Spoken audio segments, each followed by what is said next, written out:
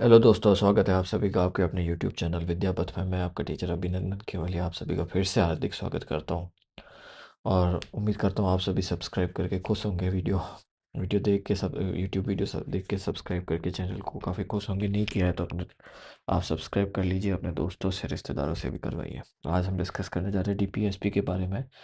Directive principle of state policy ये एक हिसाब से फंडामेंटल राइट के जैसे ही है, पर फंडामेंटल राइट नेगेटिव टोन में था और डीपीएसपी पॉजिटिव टोन में है। फंडामेंटल राइट जो है वो एनफोर्सिएबल बाय लॉ है, डीपीएसपी एनफोर्सिएबल नहीं है, पर डीपीएसपी के हिसाब से सबॉर्डिनेट भी नहीं है। हैंड ऑन हैंड चलता है, बराबर एक हाथ से हाथ मिला के चलता है फंडामेंटल राइट के साथ। In case of conflict of DPSP versus fundamental right अगर हो जाए तो फंडामेंटल राइट जो है डीपीएसपी को ओवर रूल करता है। Fundamental right is the most important thing of the constitution, पर डीपीएसपी जो है उसका स्कोप लिमिटलेस है, कोई स्कोप डिफाइंड नहीं है उसका। फंडामेंटल राइट्स का तो ठीक है कि 7-8 फंडामेंटल राइट्स है वो डिफाइंड, डीपीएसपी का स्कोप ही लिमिटलेस है, अनलिमिटेड स्कोप है। इस वजह से डीपीएसपी जो है काफ़ी इंपॉर्टेंट है इंडियन पार्लियामेंट के लिए, इंडियन जुडिशरी के लिए। हमेशा जुडिशरी चेक करती है जब भी इंडियन पार्लियामेंट एक कोई कानून बनाती है कि वो कानून डीपीएसपी के अकॉर्डिंग है या नहीं। मतलब जो सोल है उस कानून की, जो इंटेंशन है उस कानून की, वो डीपीएसपी से मिलती है या नहीं मिलती है। अब डीपीएसपी वैसे फंडामेंटल राइट से रिलेटेड कुछ केस रहे हैं, उन उनके बारे में चर्चा करते हैं। Champakam Dorai Rajan versus state of Madras. Champakam Dorai Rajan एक महिला थी मद्रास की, जो मेडिकल कॉलेज में एडमिशन लेने जाती है। उनके पास सफिशिएंट मार्क्स थे उस जगह उस कॉलेज में एडमिशन लेने के लिए, पर गवर्नमेंट ने उन्हें मना कर दिया। गवर्नमेंट सॉरी, उस कॉलेज ने उन्होंने मना कर दिया कि हम आपको एडमिशन नहीं दे सकते, क्योंकि वह कॉलेज की जनरल सीटें सारी भर चुकी थी और लेफ्ट आउट सीट सिर्फ रिजर्वेशन कैटेगरी की थी। जो चमकम दोहराई राजन सुप्रीम कोर्ट जाती है कि ये मेरे फंडामेंटल राइट्स का अगेंस्ट में है, क्योंकि गवर्नमेंट द्वारा स्थापित संस्था, अगर कोई रिलीजियस संस्था हो तो उस केस में वो डिफरेंट सिनारियो, पर गवर्नमेंट द्वारा संचालित संस्था में रिजर्वेशन की वजह से मुझे एडमिशन नहीं दिया जा रहा, जो मेरे फंडामेंटल राइट का वायोलेशन है, राइट टू इक्वलिटी का। तो वो ये केस जीतती भी है 1951 में, उन्हें एडमिशन मिलता है, पर जस्ट उनके बाद ही गवर्नमेंट पार्लियामेंट में नया एक्ट लाती है, आर्टिकल 15 में अमेंडमेंट लाती है, और इस एक्ट में जो भी डिसीजन हुआ वो नल एंड वाइड। जब कम दोहराए राजन को एडमिशन मिल जाता है, पर उसके बाद में वॉइड हो जाता है। देन हम देखते हैं गोलकनाथ का केस। गोलकनाथ का केस जो है, ये इन्होंने स्टेट ऑफ पंजाब पे केस किया था कि आप मेरे फंडामेंटल राइट्स को वायलेट नहीं कर सकते। तो स्टेट ऑफ पंजाब गोलकनाथ का केस चला, तो उसमें गोलकनाथ की जीत हुई थी कि सुप्रीम कोर्ट ने गोलकनाथ को सही बताया था कि आप किसी के भी फंडामेंटल राइट, कोई भी कॉन्स्टिट्यूशनल अमेंडमेंट, कोई भी कॉन्स्टिट्यूशनल बिल किसी का भी फंडामेंटल राइट्स का वायलेट नहीं कर सकता। 1967 में ये इस इनकी जीत हुई थी गोलकनाथ जी की। पर जब 1973 में केशवानंद भारती केस आया स्टेट ऑफ केरला के खिलाफ, जिसमें स्टेट ऑफ केरला ने उनकी, केशवानंद भारती एक मठ के मठाधीश थे, उनके मठ की ज़मीन को अपने गवर्नमेंट ज़मीन ज़मीन में तब्दील कर दिया। तो केशवानंद भारती ने कोर्ट में कहा कि मेरे फंडामेंटल राइट के अगेंस्ट है कि स्टेट मेरे से ज़मीन ले रहा है। तो इस केस में सुप्रीम कोर्ट ने अपने ही प्रीवियस डिसीजन, जो कि गोलकनाथ का केस था, उसको ओवर रूल करते हुए इसमें केशवानंद भारती की तो हार हुई, पर इसमें एक नया प्रिंसिपल आया कि गवर्नमेंट जो है फंडामेंटल राइट्स में अमेंड कर सकती है, पर एक रीजनेबल एक्सटेंट तक ही। देन हम देखते हैं Minerva Mills versus union of India. Minerva Mills Karnataka में चलती थी 1980 में। ये एक सिक इंडस्ट्री थी, मतलब बहुत ही ख़राब परफॉर्मेंस दे रही थी। तो 1980 में गवर्नमेंट ने, इंडियन गवर्नमेंट ने इस मिल को ओवरटेक किया। तो मिनेर्वा मिल्स चली गई थी इधर सुप्रीम कोर्ट में कि हमारे फंडामेंटल राइट के खिलाफ है, ये हमारे अधिकार के खिलाफ है, हम भी कार्य कर सकते हैं। पर इसमें यूनियन ऑफ इंडिया की जीत हुई थी, क्योंकि यूनियन ऑफ इंडिया ने कहा था कि वो एम्प्लॉयज़ की भला कर रहे हैं, एम्प्लॉयज़ के साथ भला कर रहे हैं इस मिल्स को खरीद के, क्योंकि एम्प्लॉयज़ वगैरह को तनख्वाह भी नहीं मिल रही थी। ये एक सिक इंडस्ट्री टाइप की बन चुकी थी। आगे देखते हैं कि जो डीपीएसपी है, आर्टिकल 35 से लेके आर्टिकल 51 तक डिफाइंड है। तो आर्टिकल 35 से 51 के बीच में कॉन्स्टिट्यूशनली डीपीएसपी में कोई भी कैटेगराइजेशन नहीं है, पर just for the sake of study DPSP की 3 कैटेगरी बनाई हुई है, सोशलिस्ट प्रिंसिपल पे, गांधीयन प्रिंसिपल पे, और तीसरा है तीसरा हम आगे देखेंगे। तो सबसे पहले बात करते हैं सोशलिस्ट प्रिंसिपल के। आर्टिकल 38 जो हमें कहता है कि द स्टेट सेल्फ स्ट्राइव, 38 जो हमें कह रहा है कि समाज में एक ऑर्डर को मेंटेन रखना, उसको प्रोटेक्ट करना सोशल, इकोनॉमिक और पॉलिटिकल जस्टिस से, और इनइक्वालिटी, इनकम की, स्टेटस की, या किसी को ज़्यादा सुविधा मिले इसको समाप्त करना, किसी भी प्रकार का कोई भेदभाव, कोई इनइक्वालिटी नहीं हो, आर्टिकल 38 ये डिफाइन करता है। आर्टिकल जो 39 है वो लोगों को ऐसा अधिकार देता है कि लोगों के पास कम से कम अपना जीवन गुजारने के लिए कम से कम पैसे होने ही चाहिए।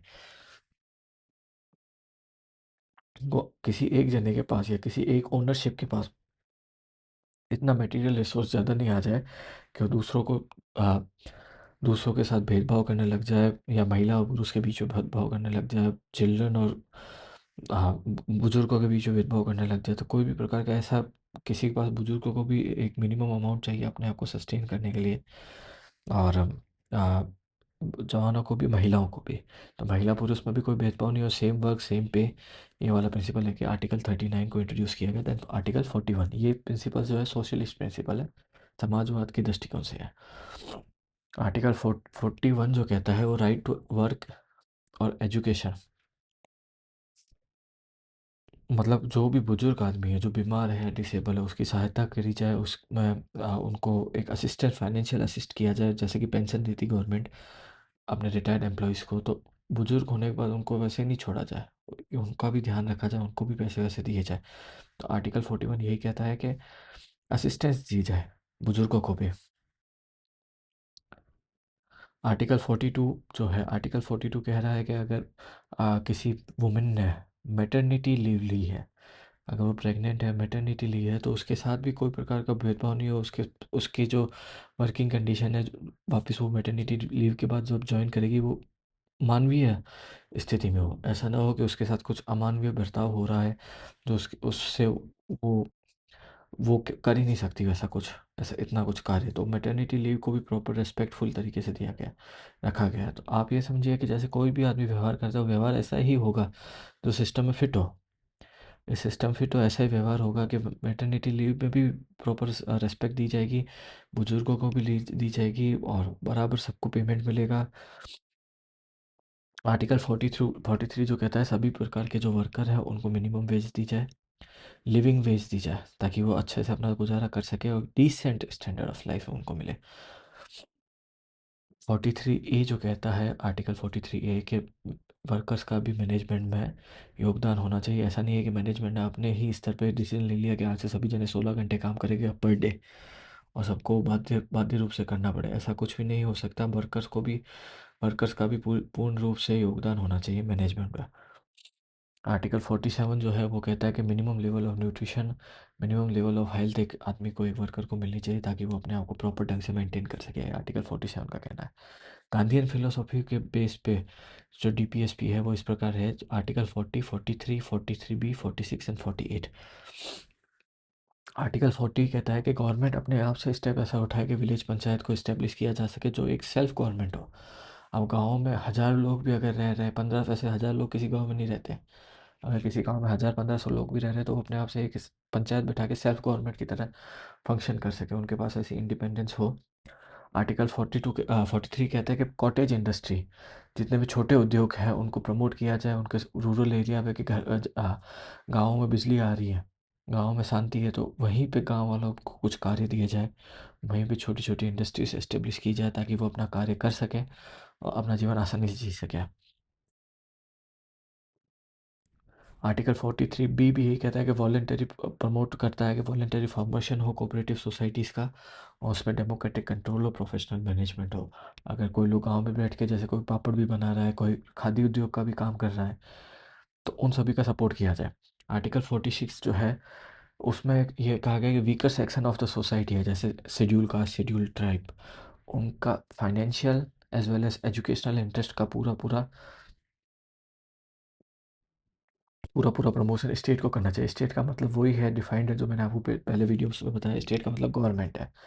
तो स्टेट जो है वो पिछड़े लोगों को, पिछड़े जातियों को, पिछड़े जातियों की पढ़ाई और फाइनेंशियल फाइनेंशियल इंटरेस्ट के लिए उनको प्रमोट करे, ताकि वो ज़्यादा से ज़्यादा बढ़े।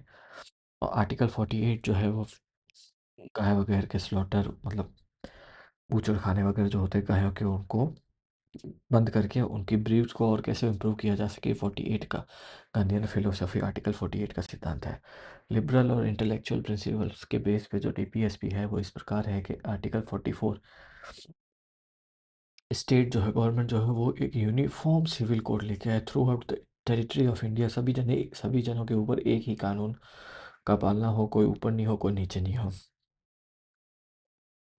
आर्टिकल 45 जो है वो ये कहता है कि मिनिमम 6 एज की, 6 साल की उम्र तक एक बच्चे की एजुकेशन और उसका बचपन को आ, प्रोत्साहित किया जाए, मतलब उसको और पढ़ाया जाए, उसको पढ़ाई दी जाए, उसका चाइल्डहुड भी बरकरार रखा जाए। आर्टिकल 48 जो है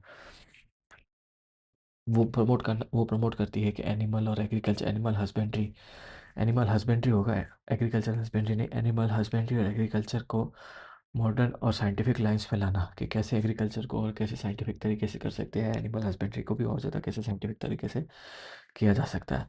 48A जो है आर्टिकल, वो एनवायरनमेंट, जंगल, वाइल्ड लाइफ जितनी भी है उसको प्रोटेक्ट करने के लिए 48A, 48 लाया गया।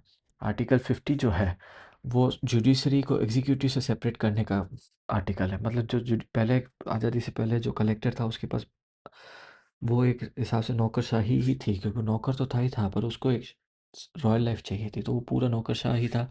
उसके हाथ में ही एग्जीक्यूटिव था, उसके हाथ में जुडिशरी था, वो चाहे जो डिसीजन ले, चाहे जो कार्य करे।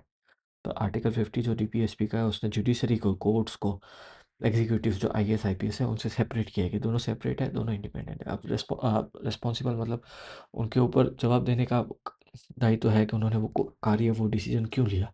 अगर जुडिशरी भी है तो उन्होंने कानून के अंतर्गत किया कि नहीं किया डिसीजन, के नहीं लिया, पर दोनों सेपरेट है। आर्टिकल 51 जो है वो एस्टेब्लिश करता है कि देश में के जो रिलेशन है पड़ोसी देशों से या वर्ल्ड वाइड से, वो कैसे अच्छे रखे जाए, रेस्पेक्टफुल रखे जाए, इंटरनेशनल ट्रीटीज़ का एक रेस्पेक्ट दी जाए। धन्यवाद दोस्तों, अगर आपको ये वीडियो उपयोगी लगा हो तो लाइक करें, शेयर करें, सब्सक्राइब करें, और मिलते हैं अगले वीडियो में।